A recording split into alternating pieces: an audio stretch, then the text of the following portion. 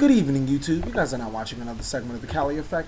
Today, for the Halloween special, we're going to be doing vampires. Now, I know I said I was going to do some type of theme deck, but I talked to a couple of people, Leo Play Strong, D-Fish fan, you know, just a couple of other people. They really wanted me to play vampires, and they also want me to play ghost tricks. Well, I'm going to tell them, screw them on ghost tricks. I'd rather take the vampires. And overall, I'd probably play this deck in real life, because it's not really that bad when you look at it. Really focused on your vampire empire right here, and just getting off your vampire effects. But let's see what we can do. We're playing against Hinata Rabbit, and hopefully we can get a good game. What do you got for me, Mr. Rabbit? Okay. Any follow-up plays? So I'm playing against Blackguard and Boobies. So now we'll activate Empire, and I'll tribute Mizuki for Vampire Lord. And no, please don't give me 4 honest. No 4 honest. Close my eyes. No 4 honest. It's one of the 4 honest. What does that one do? Wait. I guess it negates the attack and inflicts half. They're just getting more and more honest by the day. I wasn't even expecting that one. But sure, go ahead.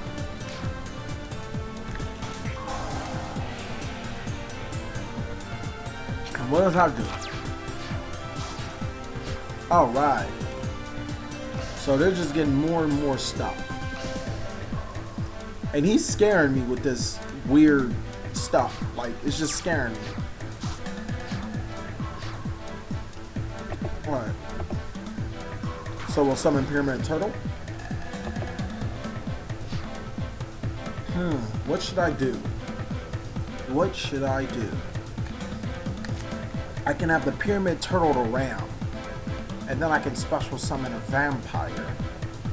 Or, you know what? Let's just have the Vampire Lord attack first. The other crane. Okay. It's starting to get a little weird.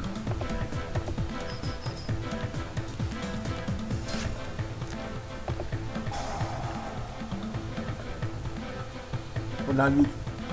Oh, shiznit. Sorcerer gets there. And Sorcerer's a pretty good card in this deck. Just overall, really good. What, I forgot that. Oh, I get to get a card from my deck to my hand. That's just amazing. So I'll add Shadow Vampire to my hand.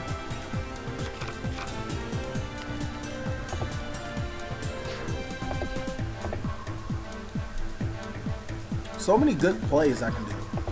Like right now, as you guys see, I still am eating candy and eating ice cream and stuff. I'm just out advantaging him right now. He's going to be able to get that extra Bougie Monster, probably send another Bougie Monster, but I think my setup on next turn is going to be really good.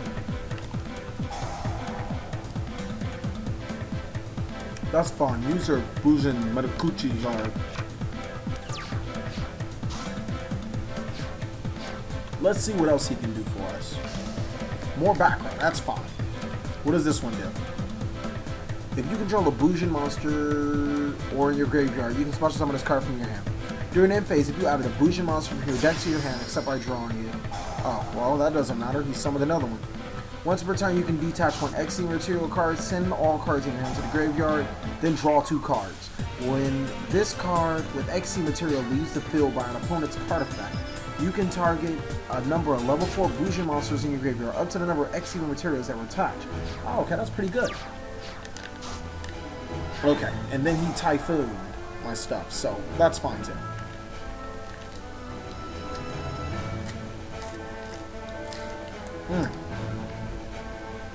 Vampire Lord, come back to me.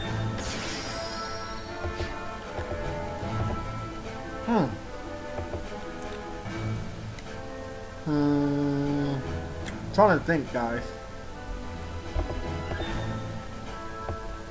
He has the crane in graveyard. Because while this... I think I know what he's doing. I know what he's doing, so Book of Life should stop it.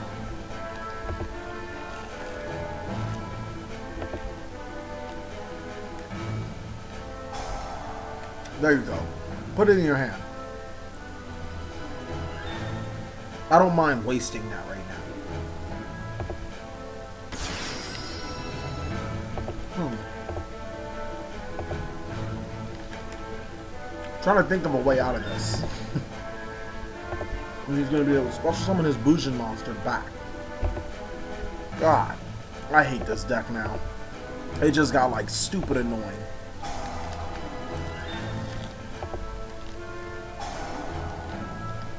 That's fine. Is this even a Beast Warrior? Yes, it is. I have no intentions of attacking you.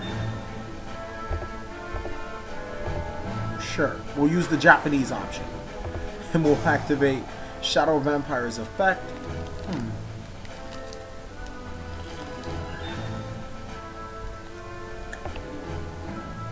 If I get that, he's going to be able to special summon again. But if I get Vampire Sorcerer, I can go for Black Ship or Corn. Please tell me I put it in the extra deck. Please tell me I put it in the extra deck. I didn't put it in the extra deck.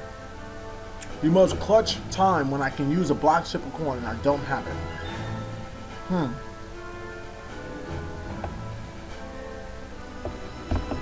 This is gonna suck.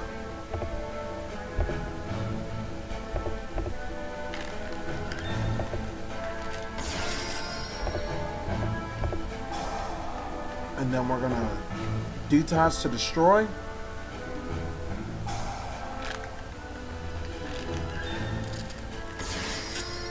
And then we are going to... I guess I can go for Diamond Dyer and nuke it again. Yeah, sure. And still not even a problem for this deck. Like, it's really not even funny how I just wasted so many resources because I didn't have the option that I wanted.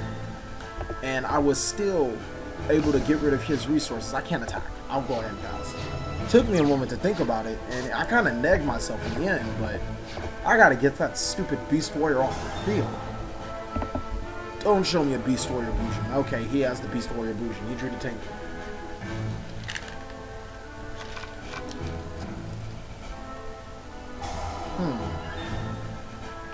Nope. I mean, I will more than likely just Adrius it. He's going to actually try to send the turtle to graveyard, and that's where Fiendish Chain is going to come in handy. Let's do it now, because I hate when Devpro messes up during the end phase and lets him use his effect and all that other stuff. I can't like go main phase 2, and sometimes even holding the A button doesn't work, so I'm just going to do it right now. It doesn't matter. And that's how it is. See, ultimately, what would happen is after the Fiendish Chain would stop his Bujin Yamato, I go in with the Adrius and I just start going to ham. This Vampire Duke is really going to put in work. I have Mizuki's engraved. I still have so many resources that are left untouched. And that's what this deck is so good about. That's what I like it. Granted, Shadow Spectre's Bujins are pretty nice, but I'd rather play Vampires because, I don't know, it's just something about this deck that's so cool. I'll probably be picking it up if everything's pretty cheap. Which I believe everything is. I think everybody's a rare or something. But let's go to the deck profile.